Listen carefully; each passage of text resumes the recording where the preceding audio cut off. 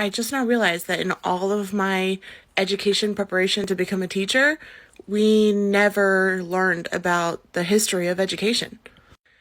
I actually started researching the history of education when I was researching about unschooling.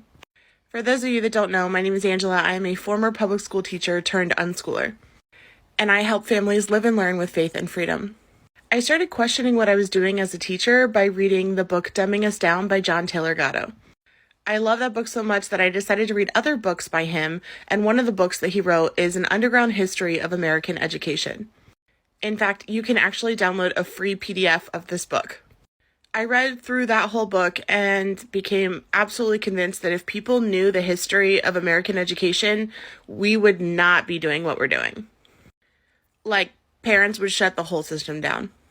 So, of course, when I was writing and publishing my own book about the American education system, called Tales of a Toxic Teacher, Exposing the Cycles of Abuse Within Our Schools, you know where to find the link, I had to include one chapter about the history of American education. Because we can't fully understand the problems of a system until we understand the roots and the history behind that system. The system is indeed horrible. And I promise you it is worse than you could imagine. Here are some quotes from people who helped to set up our American education system. What is the purpose of industrial education? To fill the young of the species with knowledge and awaken their intelligence? Nothing could be further from the truth. The aim is simply to reduce as many individuals as possible to the same safe level, to breed and train a standardized citizenry, to put down dissent and originality. That is its aim in the United States, and that is its aim everywhere else. H.L. Mencken.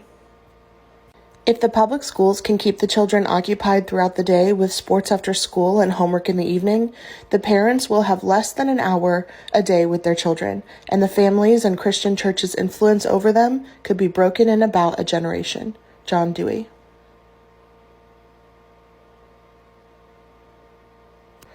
We who are engaged in the sacred cause of education are entitled to look upon all parents as having given hostages to our cause. Horace Mann.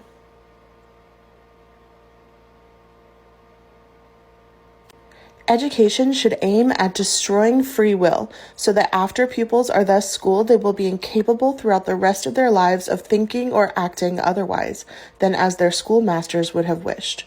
Johann Gottlieb Fichte.